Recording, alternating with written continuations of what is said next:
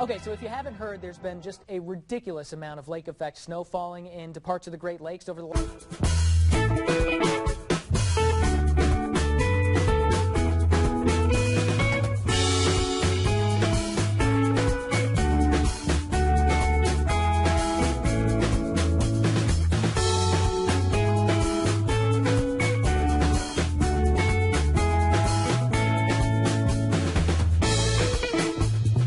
It's dropping a whole lot of snow. This is what it looks like underneath all that stuff.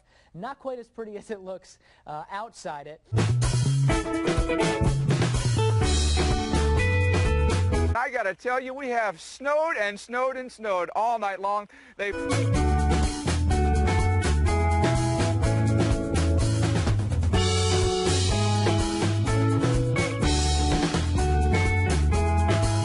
Visibility is greatly reduced. Do not travel today if you don't have to.